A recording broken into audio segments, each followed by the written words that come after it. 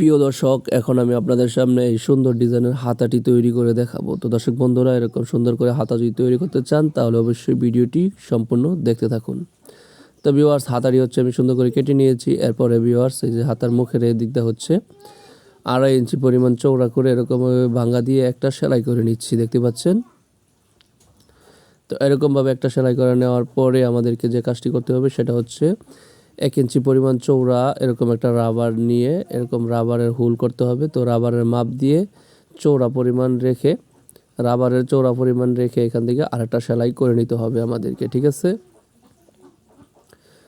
তো এরকমভাবে করে নেওয়ার পরে সেলাই, তারপরে হচ্ছে আমাদের এটার এই হোলটির ভিতর দিয়ে হচ্ছে রাবারটা লাগাইতে হবে। তার জন্য আমি পরিমাণ মতো রাবারটা নিয়ে নিলাম। আপনারা এরকমভাবে রাবারটা নিয়ে নেবেন। তো একটা সিটি পিন নিয়ে হচ্ছে এরকমভাবে রাবারটা আমি লাগিয়ে নিচ্ছি, দেখতে পাচ্ছেন ভিউয়ার্স। তো দর্শক বন্ধুরা, ভিডিওটি আপনাদের কাছে ভালো লাগলে অবশ্যই ভিডিওতে লাইক কমেন্ট শেয়ার করে দিবেন আর চ্যানেলটিকে সাবস্ক্রাইব করে নেবেন।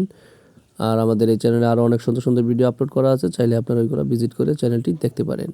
তো এরকমভাবে রাবারটা লাগানোর পরে হচ্ছে এক পাশ দিয়ে আমাদের কি করতে হবে, ব্যাক স্টিচ দিয়ে আটকে দিতে হবে। তো এটা হচ্ছে রাবারটা একটু ভিতরে ঢুকে গেছে, তো আমরা এটাকে সুন্দর করে বের করে এই পাশ দিয়ে হচ্ছে ব্যাক স্টিচ দিয়ে আটকিয়ে দিলাম, ঠিক আছে। তো বাড়তি অংশটুকু কেটে নিলাম সুন্দর করে। এরপর হচ্ছে এই পাশ দিয়ে হচ্ছে আমাদেরকে রাবারটা বার করতে হবে। বার করে নেওয়ার পরে এই পাশেও সেমভাবে হচ্ছে আমাদেরকে রাবারটা আটকিয়ে নিতে হবে। তো এরকমভাবে আটকিয়ে নিলেই কিন্তু আমাদের হাতাটা তৈরি করা হয়ে যাবে। তো সাধারণ হাতা যেভাবে কাটিং করতে হয় সেভাবেই কাটিং করে নিলেই হবে। তো এই পাশ দিয়ে হচ্ছে একটু লুজ রাখতে হবে আর কি, সেজন্য কুচিটা করার জন্য, তা না কিন্তু হবে না। তো এটার কাটিং যদি দেখতে চান অবশ্যই কমেন্ট করে জানাতে পারেন, আমি কাটিং করে আপনাদেরকে দেখাবো।